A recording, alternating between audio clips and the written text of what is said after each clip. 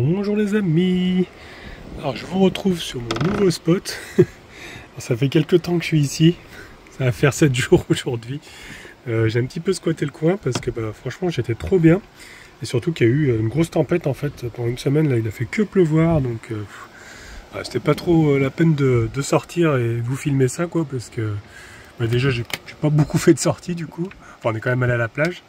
Mais même encore aujourd'hui, vous voyez, il y a encore beaucoup de vent. C'est vrai que la côte ouest, il y a quand même pas mal de vent. L'océan est juste ici. Vraiment un super spot. Je suis étonné qu'on ne m'a pas délogé d'ici parce que j'ai eu une personne, une femme qui s'est arrêtée en fourgon qui m'a dit oh, on m'a déjà viré d'ici, tout ça. Je dis bon, moi, après là, le parking en soi, normalement j'ai le droit de m'y mettre, c'est un parking comme un autre. Il y a l'autre parking après avec la barrière de hauteur où c'est marqué interdit au camping-car, mais de toute façon il y a la barrière de hauteur donc on ne peut pas passer. Et du moment où on reste pas plus de 7 jours, donc aujourd'hui je suis vraiment limite stationné au même endroit, sans sortir, sans déballer, sans rien, c'est considéré comme du parking et pas du camping. Et j'entends des gens encore. Déjà tout à l'heure ils sont passés, ils ont dit c'est bizarre qu'on lui dise rien. Ou un truc comme ça. Enfin bref. Ça fait la troisième personne parce qu'il y a d'autres personnes aussi. Je suis en train de regarder. Bref.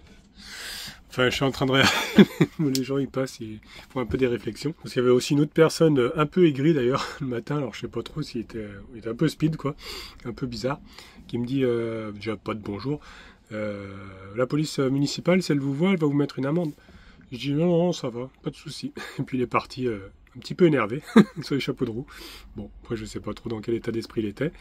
Mais voilà, après j'ai aussi les gendarmes qui sont arrivés, qui sont garés en travers. J'ai dit ça y est, bon, ça va être pour moi. Et ils ont rien dit quoi, ils m'ont rien dit de spécial. Bon, après c'était peut-être pas là pour ça, c'est peut-être plus la municipale qui s'occupe de virer les camping-cars.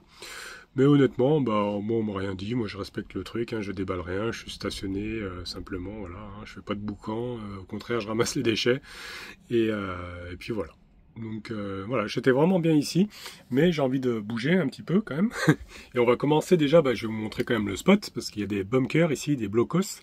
Et après on va marcher le long de la plage, et on va aller jusqu'à la Cotinière, un petit village qui est à côté, je ne suis pas encore allé voir. Donc on va faire ça les amis aujourd'hui. On va aller balader un petit peu mon gros, oui, on va aller voir le village à côté, j'ai vu qu'il y avait une église aussi. Bon, je sais pas si on pourra rentrer, mais bon, on ira voir l'extérieur au pire des cas. Moi j'ai mis ma petite veste, voilà, parce qu'il y a encore quand même du vent. J'espère que vous allez m'entendre surtout, parce que c'est vrai que filmer avec le vent... Ah tiens, nous avons l'ONF maintenant, qui est là. Bon, on va voir s'ils me disent quelque chose. Mais avec le vent, ça va être compliqué que... Voilà, avec le micro, c'est pas terrible. Bon, on va faire ce qu'on peut. On va aller voir déjà les blocos. Allez, c'est parti.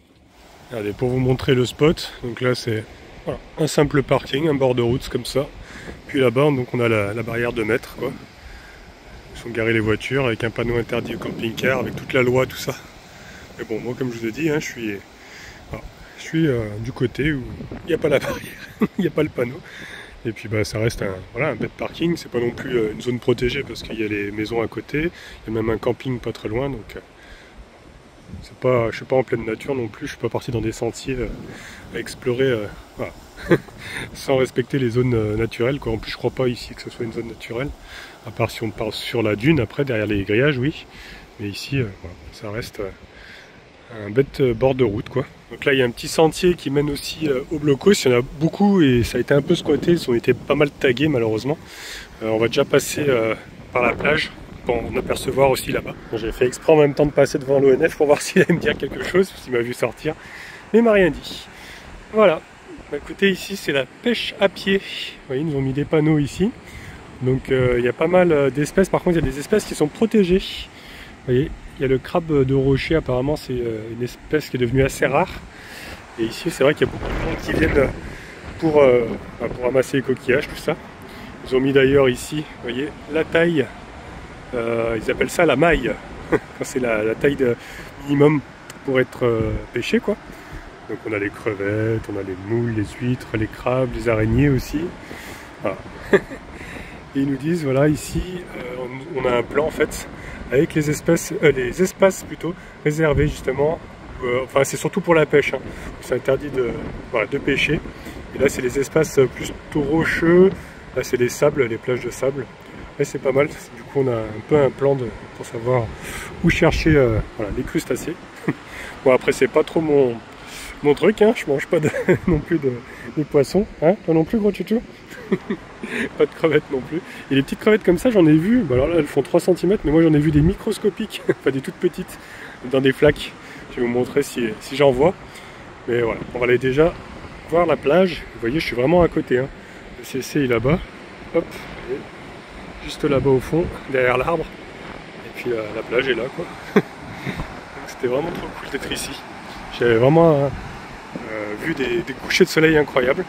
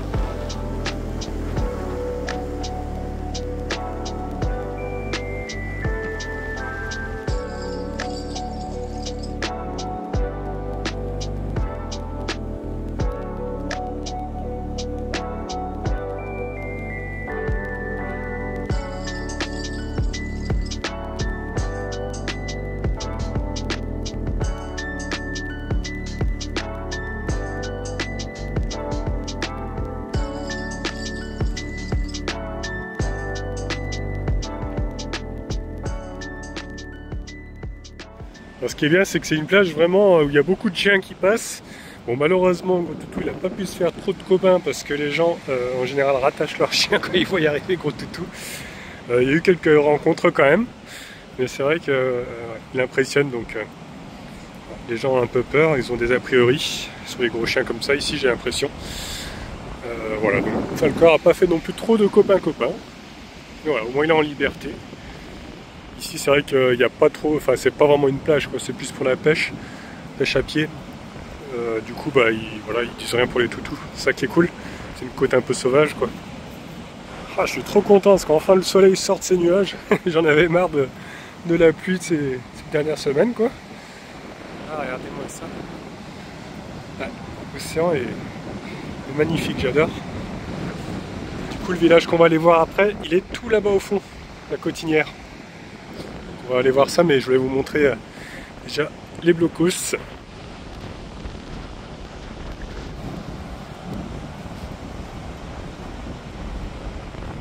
Donc on arrive au niveau du premier bunker, enfin le premier, celui qu'on voit de la plage en tout cas. D'ailleurs c'est impressionnant parce qu'il est vraiment en équilibre. Regardez-moi ça. Il y a une partie qui est vraiment dans le vide, hein, complet. Tôt ou tard, je pense qu'il va basculer. Vraiment, c'est impressionnant. Après, il a été beaucoup tagué, hein, comme je vous disais, malheureusement, bah, ça a été tagué.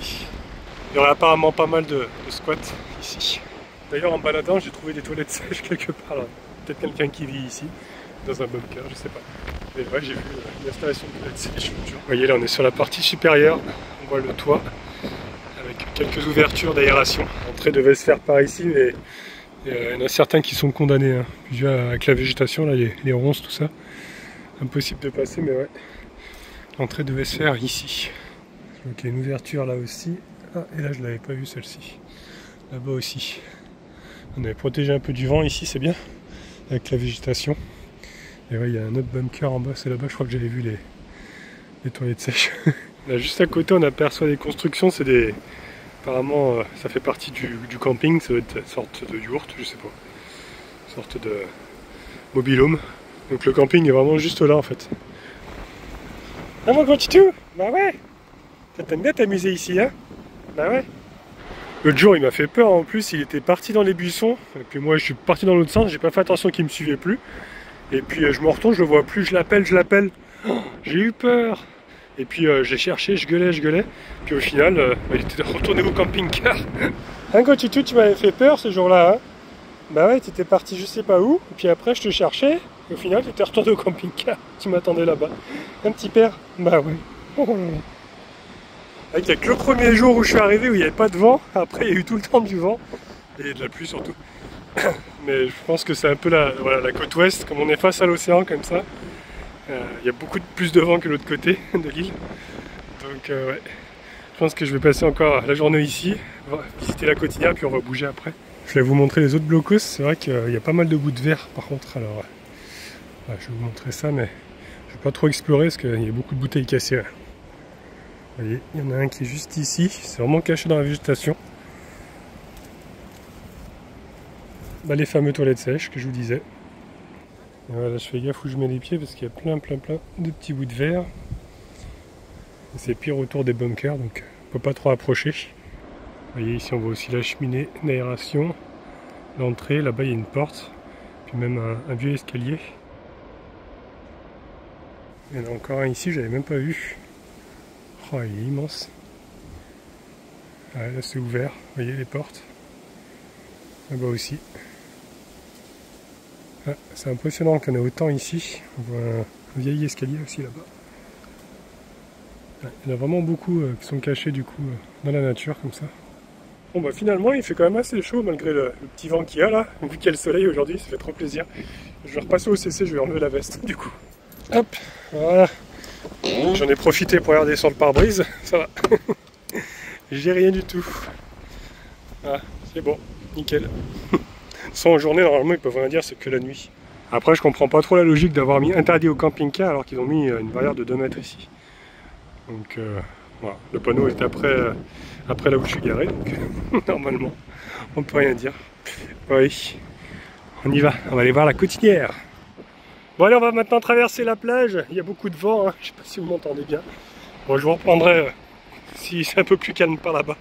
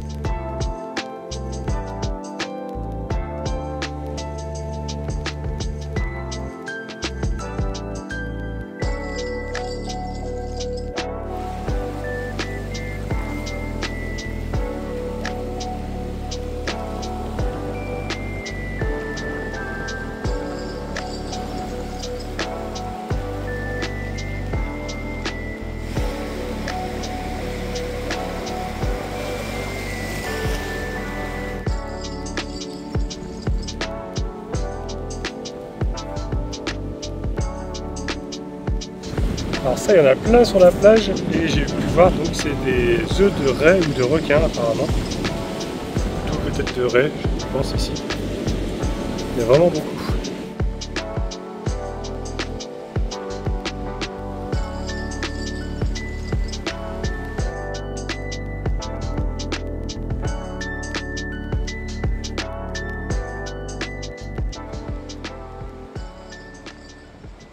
Ah bah, je peux vous dire que marcher tout le temps dans le sable comme ça fait les mollets, ça fait les pieds, ça muscle bien. Donc là on approche, on est quasiment arrivé au niveau de la ville. Ici on est sur la partie un peu industrielle, vous voyez il y a un grand bâtiment, et en fait c'est un marailleur. Il y a un marailleur, en fait il achète les produits de la pêche, des pêcheurs, et les redistribue ensuite aux marchands de poissons. Et ils nous ont mis des clôtures un petit peu de partout et on apprend que c'est pour protéger le gravello. En fait, il fait ses nids dans les plages, sur les plages directement. Et si on le dérange, bah, il abandonne ses œufs. Donc, ouais, ils ont fait des protections comme ça pour qu'il puisse faire ses nids. On est en train de quitter les plages. On va voir les bateaux là-bas. J'en vois quelques-uns. Il y a le port qui est juste derrière normalement. Justement, ils nous ont mis un panneau ici, on retrouve toutes les zones, vous voyez, avec les ports, tout ça. Donc c'est bien ici voilà, que tous les poissons sont traités. Il y a même, j'ai pu lire, une vente aux enchères, vous voyez, des produits de la mer. Et ouais, ça date de plus de 150 ans que les bateaux arrivent ici avec leurs poissons. On peut voir aussi qu'ils nous ont mis l'église en numéro 2. Alors moi j'avais lu sur internet église Notre-Dame des Flots, mais là c'est marqué chapelle Notre-Dame et Saint-Nicolas. Donc apparemment le nouveau bâtiment, il a l'air assez récent, c'est vrai, c'est marqué qu'il daterait de 2022.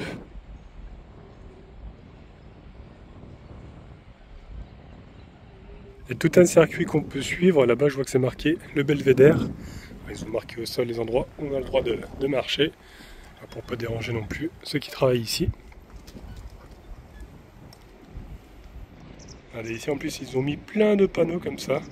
Donc, ça nous explique un peu les différents lieux, hein. C'est tout numéroté. Ça permet vraiment de se repérer au niveau du plan. Là, ils nous parlent du chariot élévateur qu'on peut apercevoir juste là-bas. Ils nous disent qu'il peut quand même lever 200 tonnes et 200 à 300 levées par an. On retrouve aussi les différents ateliers de mécanique pour les bateaux, mécanique navale. D'ailleurs, il y a longtemps de ça, avant que je rentre en mécanique, j'avais pensé à faire de la mécanique justement navale. Ça m'avait intéressé. Mais bon, à l'époque, j'avais pas trouvé, j'avais trouvé personne qui prenait, donc du coup, je me suis rabattu sur la mécanique normale. Alors après, je connaissais plus la mécanique voiture que bateau, mais ça m'aurait plu d'apprendre, je pense. Donc là, on retrouve, regardez, tous les bateaux de pêche. On voit le phare au fond, là-bas, on ira voir après. D'ailleurs, on voit l'église qui est juste derrière. Et voilà, les petits bateaux de pêche sont ici. Il y en a qui sont en train de décharger là-bas, on peut les apercevoir avec la grue. Et justement, ils nous ont mis ici les espèces pêchées. Il y en aurait plus de 90 espèces. Donc on retrouve la lotte, celle commune, le maigre, le bar commun, le homard, ce qui est aussi crustacé, le sieto, je ne connaissais pas ça, la sèche, le merlu et la langoustine. Ils ne nous ont pas mis les 90 espèces, ça aurait été un peu long, mais on retrouve en tout cas ici toutes les espèces qu'on peut trouver selon les saisons. Donc, on a le tableau juste en dessous. Et là, il nous parle des différents types de pêche. Alors par contre, je crois que ça c'est le... Il me semble, vous me dites dans les commentaires si je me trompe, mais c'est ce qui est le plus dévastateur. Ça embarque vraiment toutes les espèces quand il racle les fonds. La chalut, apparemment, c'est ça. Je crois que c'est ça. Hein. Peut-être que je me trompe. Donc, il me semble que ouais, c'est ça. Hein. C'est quand ils attrapent tout et n'importe quoi et au final, même ce qui n'est pas pêché meurt dans les filets. Et même des tortues, des choses comme ça. Il me semble que c'est ce type de pêche qui est un petit peu controversé. J'ai pas vu, là ils nous ont mis le chalut n'est pas destructeur pour les fonds. Il permet une mise en suspension du zooplancton, maillon essentiel de la chaîne alimentaire. Bon, je sais pas trop, je suis pas bien sûr, vous me direz en commentaire. Elle nous explique encore d'autres types de pêche, avec des casiers cette fois-ci, puis des filets flottants. C'est pas mal, hein, ça nous explique vraiment tout leur métier, étape par étape, ces panneaux là. Regardez, encore sur ce panneau, ils nous expliquent les travaux. C'est vrai que ça a été un sacré chantier. Ils disent qu'ils ont fait en sorte de ne pas perturber les pêcheurs justement. Mais c'est vrai que ça fait une grande masse comme ça et c'est vrai que c'est beaucoup de goudron. J'ai pu voir sur le parking, c'est un grand parking goudronné. Enfin, voilà, quoi. Ils ont grignoté un peu de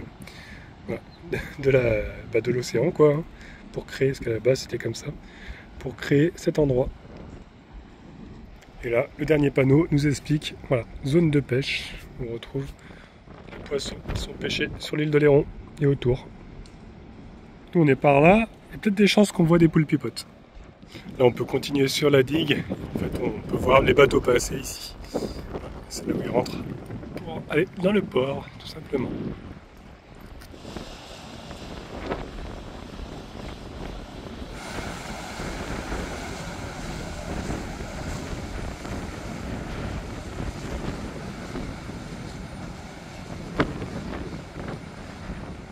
Allez, écoutez, maintenant on va continuer, on va aller voir du coup le phare, puis le village, tout ça. Là, il doit y avoir des emplacements, je pense, pour les CC, parce que j'en vois pas mal. Je viens de voir un panneau au fond, c'est des places payantes, c'est des places bleues en plus. En fait, on peut pas rester longtemps, c'est juste pour visiter la cotinière, et puis après, salut. Après, pour ceux qui aiment les fruits de mer, tout ça, les poissons, à mon avis, ici, il y a plein de petits restaurants pour trouver...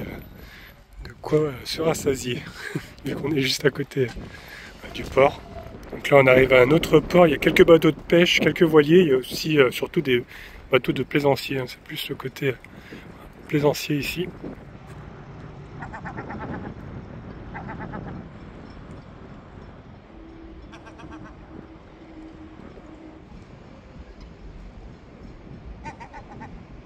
Des choses à dire.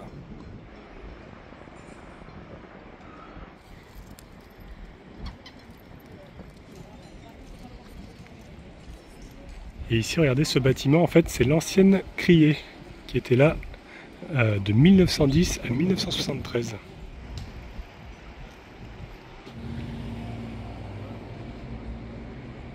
Ici avec l'ancien quai où arrivaient les bateaux de pêche à l'époque. Et donc nous voici arrivés devant l'église. Ou alors la chapelle, je sais pas du coup. Bon, c'est ouvert, apparemment il n'y a pas d'interdit pour les toutous. Donc on va aller observer ça.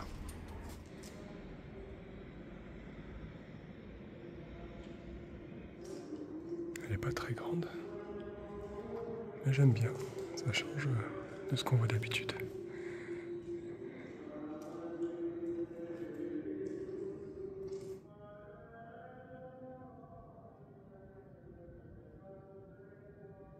Elle est jolie cette église, quoi, toutou.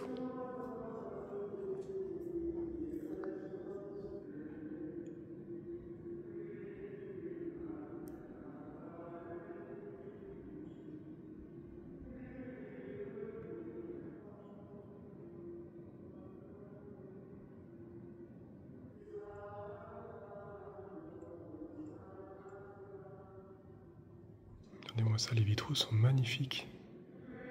C'est la mémoire des perdus en mer.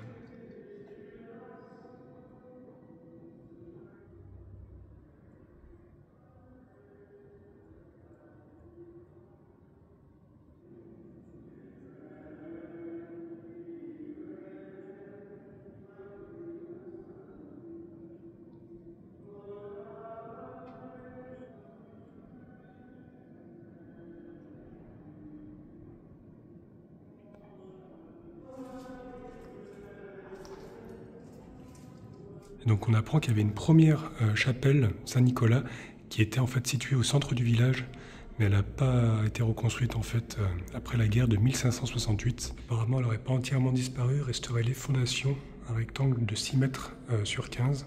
En tout cas elle a servi de carrière de pierre pour les constructions voisines.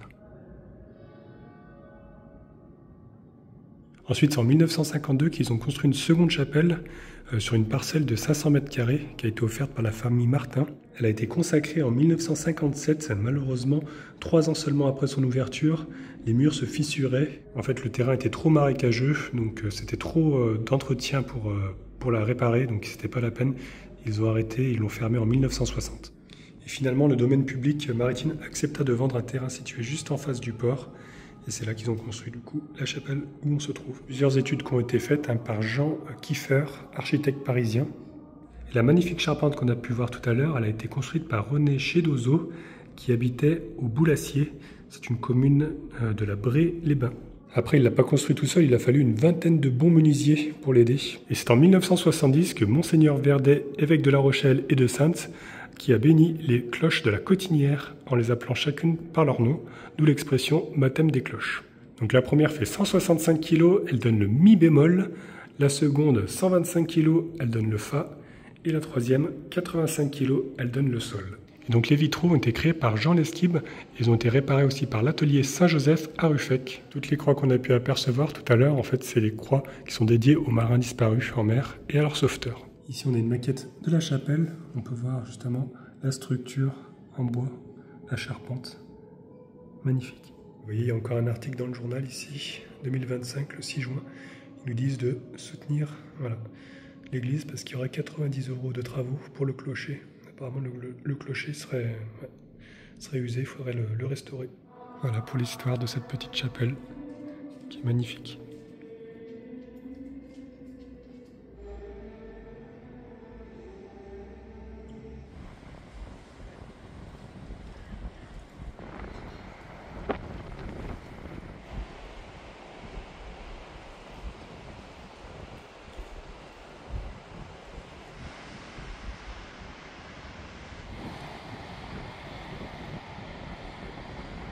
Allez, bon, on va essayer de trouver du coup les ruines de l'ancienne chapelle qui se trouve au centre du village. Les maisons, elles sont trop jolies ici, on dirait presque la Grèce. Elles sont blanches avec les volets bleus. Après, j'ai remarqué qu'il y a beaucoup de maisons, à mon avis, c'est des résidences secondaires. Il y en a beaucoup qui ont les volets fermés, quoi. Allez, là, j'ai trouvé le panneau. La rue de la Chapelle, ça va être par ici, normalement. Ah, ça y est, j'aperçois, regardez, des anciens murs en pierre Effectivement, il ne reste plus grand chose. Donc voilà, c'est ici que se trouvait l'ancienne chapelle. Et en fait, ils ont récupéré les pierres, voilà, comme c'était expliqué, pour construire autre chose, parce que du coup, le sol était trop instable. Et vu le poids en fait de l'édifice, ça s'enfonçait, les murs se sont fissurés, tout s'abîmait quoi. Donc voilà. Ouais, on voit encore des morceaux de murs là-bas. L'ancienne chapelle qui se trouvait ici. Là, je viens de voir qu'un peu plus loin, il y a une batterie apparemment RO 512 Mammut. Alors, une ancienne bunker aussi, enfin batterie. On va aller voir ça, mais apparemment c'est dans un état lamentable. On va aller voir, apparemment il y a pas mal de déchets. On va prendre le chemin des Oliviers et normalement le bunker, enfin la batterie va être par là.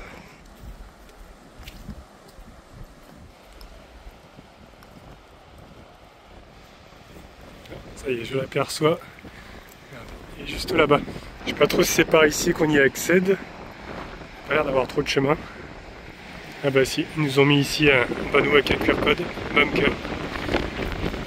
C'est la batterie de la Cotillère Mammut. Je crois que le vent souffle encore plus que tout à l'heure. En tout cas ici, regardez, il y a déjà un morceau là qui est dans le sable en bas. Ici aussi on a une grosse dalle qui est à moitié en train de tomber. Donc le bunker principal, on va dire, le plus gros en tout cas. Là je vois qu'il y en a peut-être même un deuxième là-bas derrière. Et vous voyez, c'est tout tagué apparemment. C'est assez sale. Il y aurait 47 apparemment, ce que j'ai pu lire. Enfin, il y avait 47 batteries comme ça autour de l'île de Léron pour défendre. Ouais. C'est un peu triste, c'est vrai que quelqu'un disait ça, c'est un peu triste qu'il s'est laissé à l'abandon. C'est quand même une partie de l'histoire quoi.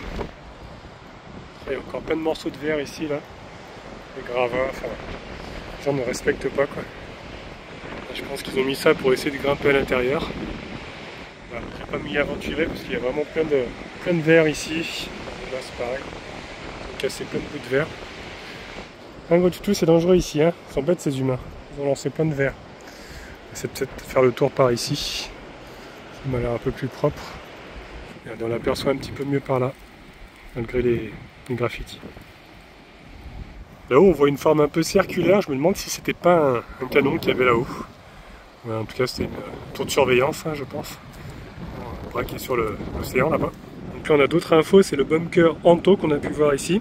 Et là, il y a le bunker Anna qui se trouve juste là. Vous voyez, il y en a bien deux. Vous voyez, il y a des imbéciles qui ont gratté ici, donc on ne peut pas scanner les QR codes, enfin, ça ne marche pas bien. Toujours des petits imbéciles voilà, qui se croient malins. Là c'est clôturé, je pense qu'on n'a pas trop le droit d'y aller parce que ça fait partie de la dune. Donc voilà, le second bunker. Vous vous rendez compte, depuis le temps qu'ils sont là, c'est vrai que la construction était costaud. Hein. Du béton là, c'était fait pour justement contrer l'ennemi. Hein.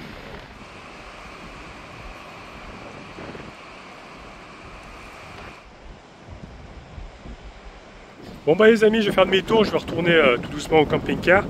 Et je vais essayer de trouver un autre spot, hein, du coup, comme je suis resté un petit moment ici. On va voir ce que je trouve. Faut que je passe faire 2-3 courses aussi, parce qu'au bout d'une semaine, il n'y a plus grand chose en réserve. Et puis ouais, on va essayer de trouver... je reste encore sur la côte ouest. Hein. Normalement il va faire assez beau les prochains jours. Donc, je ne sais pas si le vent va se calmer, mais bon. Et ouais, on va voir le prochain spot, j'espère que je pourrai me poser. Parce qu'ici c'est vrai que j'ai vu encore pas mal de panneaux interdiction.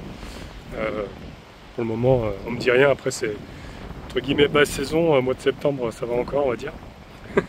Mais bon, on va essayer de ne pas prendre trop de risques non plus. J'ai pas envie de me retrouver avec plein d'amendes. Ce qu'on va faire, c'est qu'on va passer cette fois-ci côté océan. Ce sera plus sympa que la ville quand même. Même si le village était sympa.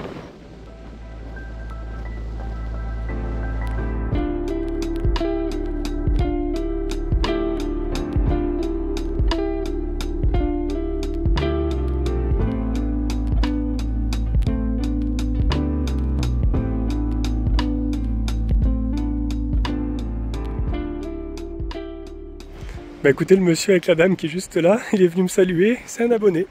Donc un petit coucou à Roland, qui est venu me faire un petit coucou lui aussi d'ailleurs.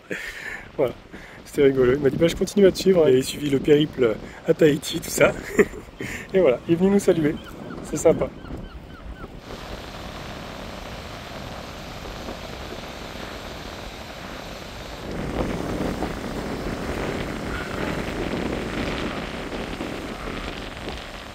Ah les amis, j'ai complètement oublié. Il y a aussi le phare à aller voir. On n'est pas allé le voir. On s'y approche là. Le voici, le voilà. Bon, il est pas très très haut, mais il est quand même joli.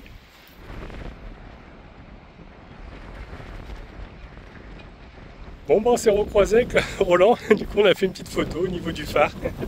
Excellent.